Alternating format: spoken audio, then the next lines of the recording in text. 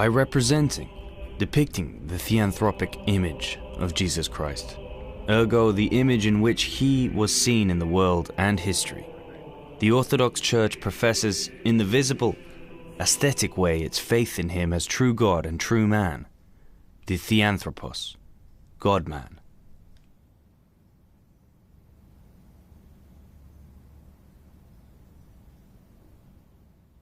Icons show that in the Church of Christ, his mystical body, God through his immaterial energies spiritually reconstructs man.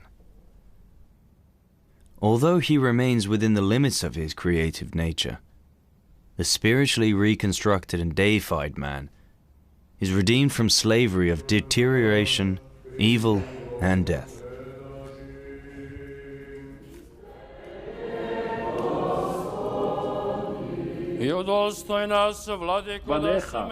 In connection with the theme of the icon, initial dialogue had been conducted between the Christians and the Judeans, and later, after the appearance of iconoclasm, the dialogue was expanded and led between the icondules and the iconoclasts.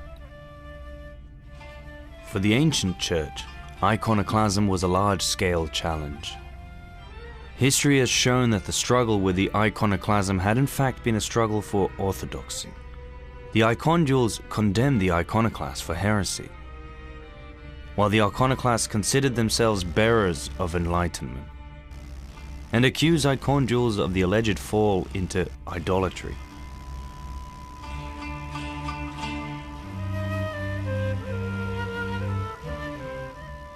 Both primarily invoked the text of the Holy Scriptures, of the Old Testament, but also the priestly tradition.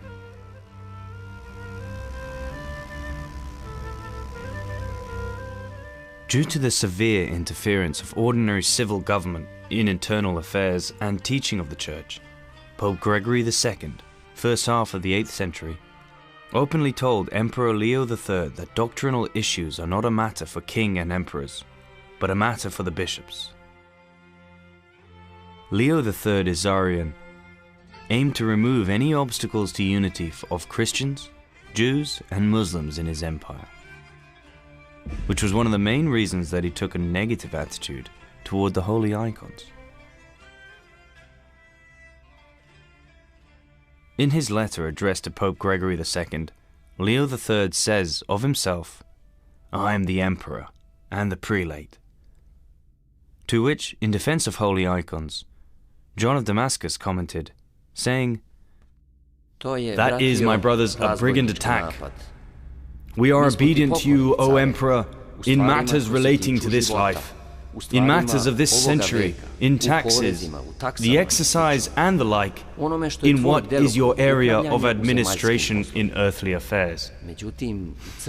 However, in the church hierarchy, we have shepherds to tell us the word and to establish the church law."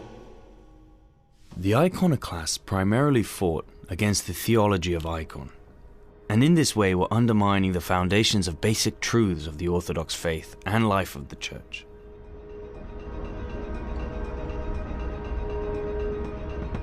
There is also an opinion that the cause of iconoclasm is the conflict between the Greek thought and the Middle East Asian thought and spirit.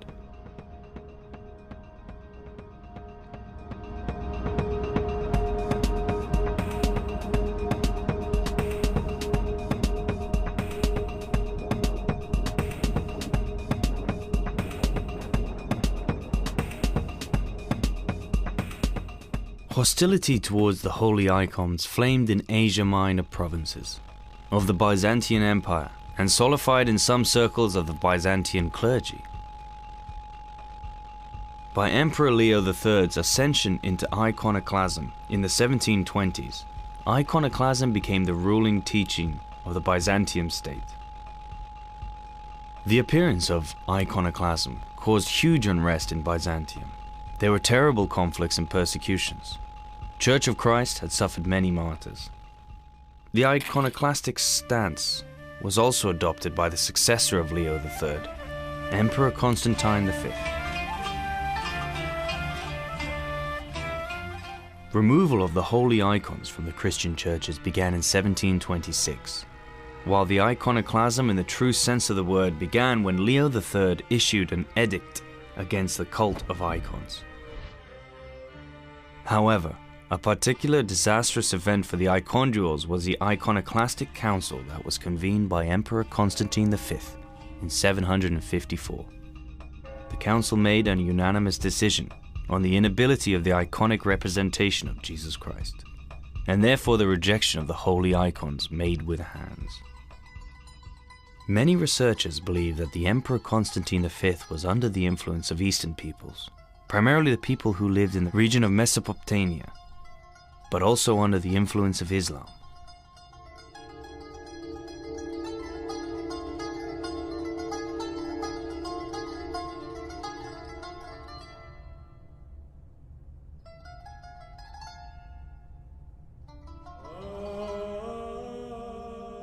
The concept of image, icon, in the understanding of iconoclasts, denotes something entirely different in relation to the understanding of icondules.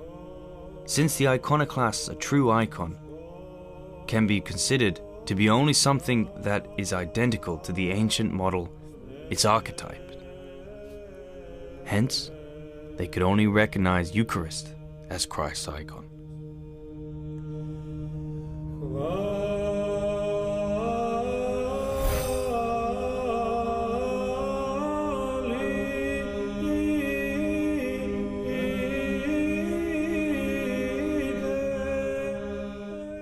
He ordered that, as an image, we take the chosen select material, that is, the substance from which bread is made, which does not represent a human form, so as to avoid idolatry. If for the iconoclasts, image was just that which was identical with its archetype, then they could indeed declare the Eucharist as the only image of Christ. And for the Orthodox, the Eucharist could not be an image, exactly because it was considered identical to the model, the archetype. With Holy Communion is only the body and blood of Lord Jesus Christ. This is the profound difference that principally separated these two parties. The problem of iconoclasm is in fact a deeper conflict about a lasting and comprehensive meaning of religion, art, beauty, and the liturgy. For the holy icons in the Church of Christ, the incarnate theanthropos are the works of art and monuments. But also much more than that, they are doctrines of the Christian faith. Faith in the lasting and timeless meaning of the God-likeness of the human image, and Christ-like personality of the saints as true people. The first such true image was promulgated truly by Christ himself, and therefore the key to the whole dispute was a matter of Christ's icon.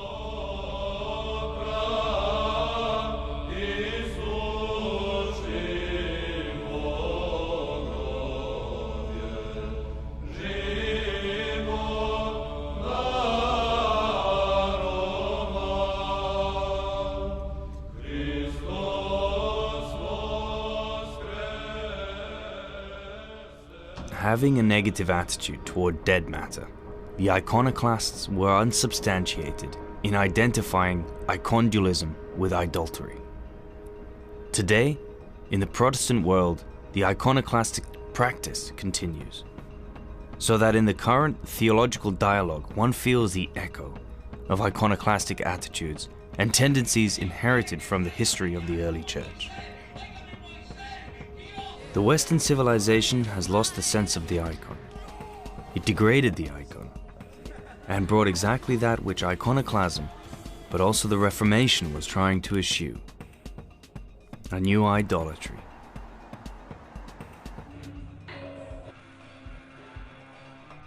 This guy's selling smoke. Wrap it up, Ev. The name of the agent is Evelyn Salt.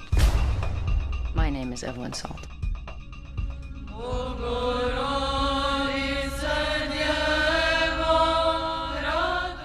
According to the Orthodox teaching, idolatry is obeisance to a creation. Instead of God the Creator, that is, adoration of matter, to the idols made of matter, or obeisance to beings to which the idols refer. Icondualism has nothing to do with idolatry. Those who want to represent only Christ's human nature say that iconoclast sins against the dogma of the inseparability of the two natures. But if someone wants to represent on icon both natures of Christ, then he sins and commits a crime with his blasphemous wantonness, wanting to represent a divinity that cannot be represented. The visual representation of Christ is in general impossible, because it contradicts the basic religious dogma. So say the iconoclast. For the Orthodox icondules, it is simply inconceivable that a picture and that which is shown on it should be the same.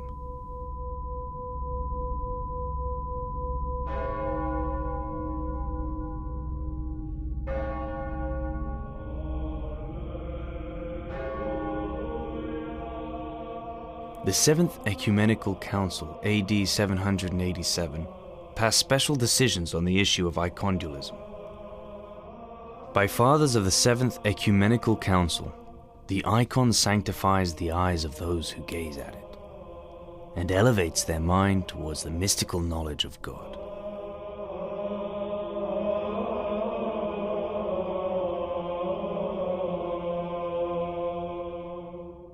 We, the Orthodox, received from the apostles and the fathers a commitment to bow before the holy icons and kiss them, because that is the meaning of these words. In the ancient Greek dialect, to bow is to love and kiss. For if someone loves something, he bows to it. That is, kisses and cherishes it, as it is shown by our human relations, when we treat our friends with attention and love. The Orthodox view is that the veneration of sacred icons is based on one hand, on a God-revealed truth that the true and God created man in his image, out of sheer love, and on the other, that the second person of the Trinity, the Son of God, God the Logos, incarnated, was begotten in the human body. Thus in his theanthropic person merged the prototype, God, and the type, image man. It is in the union of the prototype and the image one may see the sense of creation, of the world, and the man in it as the crown of God's creation.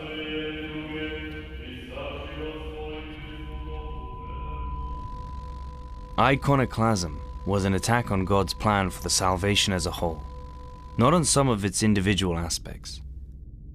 As this complex heresy was an attack on Orthodox doctrine in its entirety, the renewal of icondualism is not only victory over one particular heresy, but a victory of orthodoxy as such.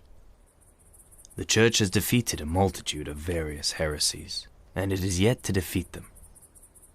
However, only one of its victories, namely the victory over iconoclasm, was declared the victory of orthodoxy.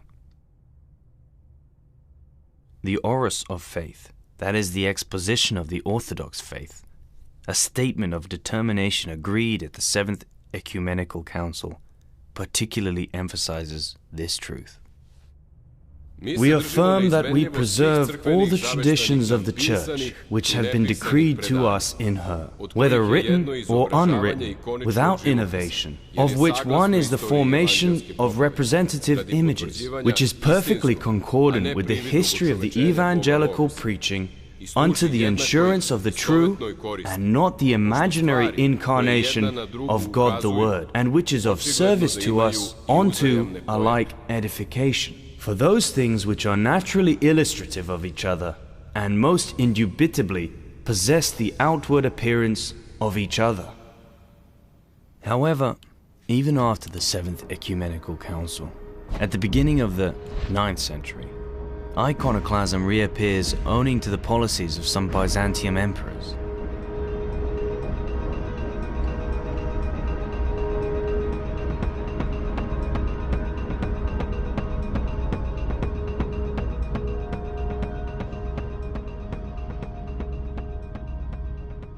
So it was until Empress Theodora and Patriarch of Constantinople, Methodius, finally legalized and restored honoring of the holy icons on the 11th of March, 843.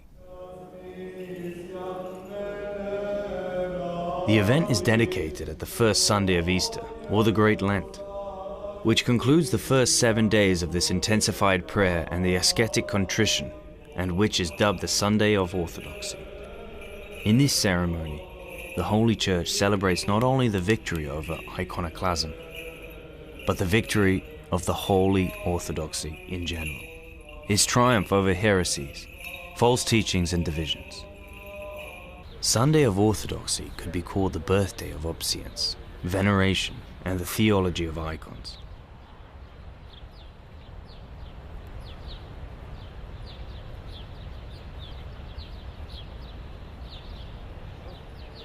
Veneration of holy icons for the West was only a pious habit, while the Byzantine holy icons are inseparable from the liturgy and the sacramental life of Orthodox Christians.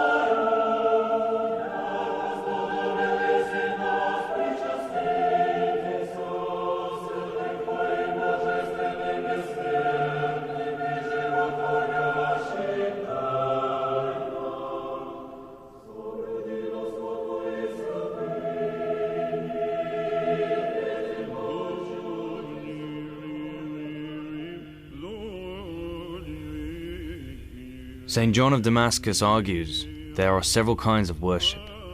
According to him, the first type of worship is obeisance to God, which we offer to the one who is the only naturally worthy of worship, the one God, and this we do in many ways. Firstly, to him all creatures bow as servants to their master. Another way is the way of admiration and longing for God, with which we make obeisance to God for his natural glory. For he is the only one glorified, because he is himself the cause of all glory and all good.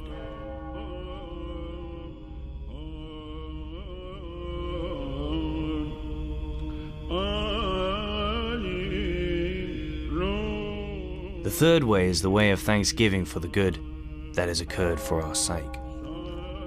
The fourth way is the way of privation and hope for charity and goodwill, by which we know that without him we cannot do or have anything good.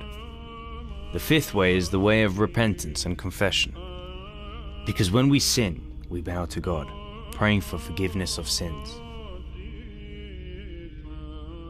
St. John of Damascus says that worship is a symbol of awe, love and honor, obedience and humility.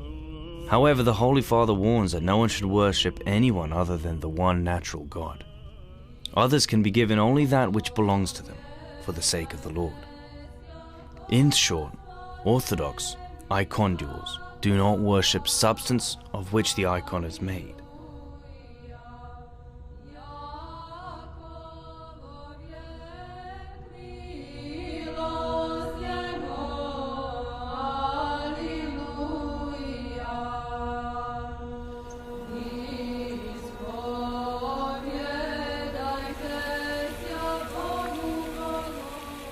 Expressing the pan-Orthodox doctrine of the veneration of holy icons, John of Damascus is categorical. I do not bow to the matter but to the maker of matter, one that has become matter for my sake, and deigned to settle in the matter, and he who through matter achieved salvation for me. But I do not respect matter as God. God forbid, for how can God be that which is created out of nothing?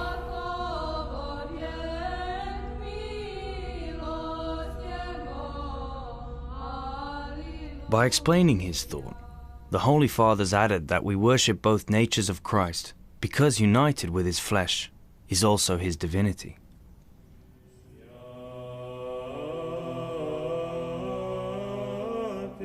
Orthodox Christian worships and serves the only living God, while completely different respect is shown to God's creatures, the saints. They had as much as possible complied with God, but their free will and God's settlement and cooperation in immaterial grace. They can truly be called gods, but not by nature, but by adoption, by grace. As is the red-hot iron called fire, but not by nature, but by adoption and acceptance of fire.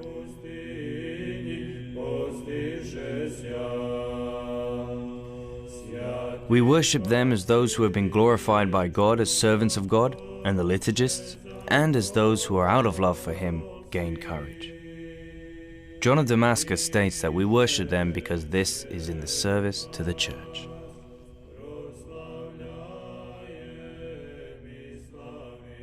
According to the wise deduction of another great defender of icons, Saint Theodore of Studion, just as the veneration of icons exalts and transfers onto the prototype to Christ, so too it comes back from the prototype onto the icon made with hands. The Holy Father communicates that we should believe that divine grace comes down on it, and it provides consecration to those who approach it with faith.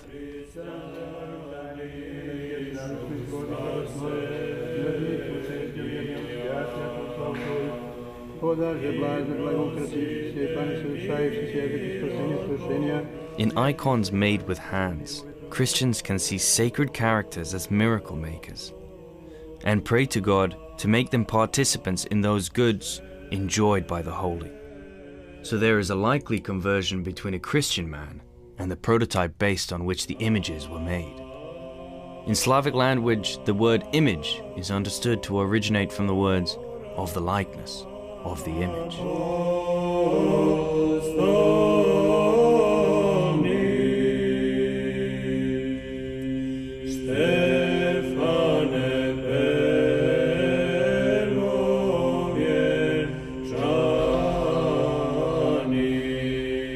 Since then, love makes the core of the Orthodox icondulism. An Orthodox Christian hence approaches an icon with awe, but also with a kiss and obeisance. Here we will just add that the communion of man through icons made with hands with his prototype takes place directly only when it comes to icons of Christ. But when it comes to respecting the icons of the Holy Theotokos and the saints, then it is a relative and mediating communion with the triune God.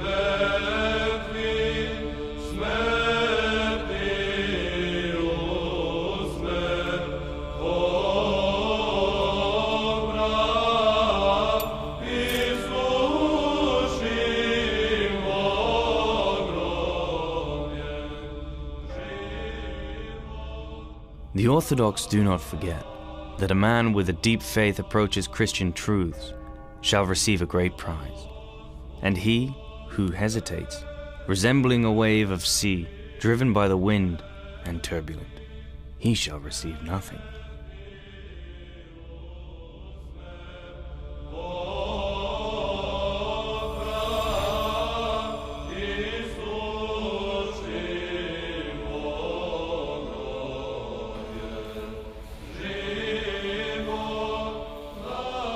In short, a miracle takes place at this point, not a magic act, as some iconoclasts claim without basis. The oros, that is the exposition of the faith of the Holy Fathers by the Seventh Ecumenical Council keeps in the clearest fashion the decisions of the honorific obeisance given to the holy icons and paying of respect to them. We make obeisance, respect, and with love kiss the all-honorable icon of the human incarnation of the Word of God, Christ, anointed by Godhead, remaining unchanged, so that he who is anointed believes with faith to see in the icon the very God, who appeared in the body and lived with people. We make obeisance and we give honor to the icon of the Most Holy Theotokos, and to icons of the all-honorable God's saints, raising the eyes of our souls to the image of the prototype, and raising our minds to the unimaginable and unutterable. Such icondualism, in which the core is the living triune, has nothing in common with idolatry, because idolatry occurs only when there is honor to be given to the character, prototype, original, that is depicted on the icons. However, Orthodox iconduals do not divide the icon from its prototype. It would be useful to emphasize the fact that the iconographer fails to faithfully depict the prototype on an icon made with hands. This poses no obstacle to Christians to pay due respect to it, because veneration of the icon does not relate to that which is missing, but relates to that which identifies the icon with the prototype original. In a word, we worship only the triune God and serve him. While we pay due respect to the characters painted in icons made with hands because, through them, as living and spiritual ties, or by intermediation, we arrive into the arms of God. Icondualism is an expression of Orthodox faith and Christian love. It could be called a loving testimony.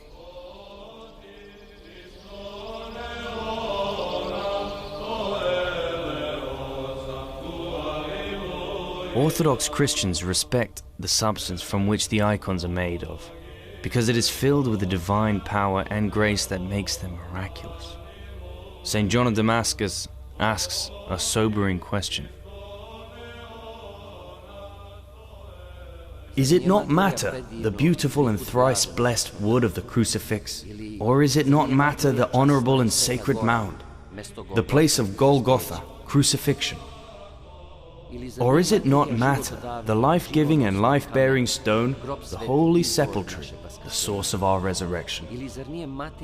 Or are they not matter, the ink and the most holy book of the gospel?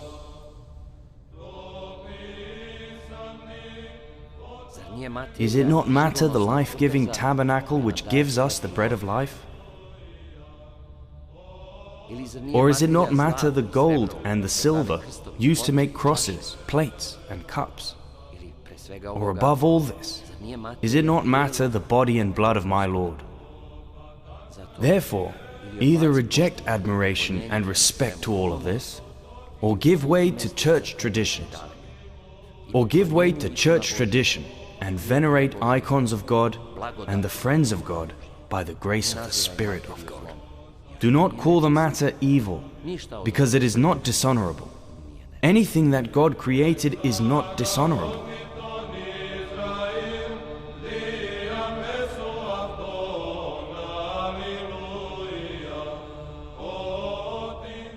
Only that is dishonorable which has no cause in God, but in our fancy, by free movement and aspiration of will, from that which is natural into that which is unnatural. And that is exactly what sin is.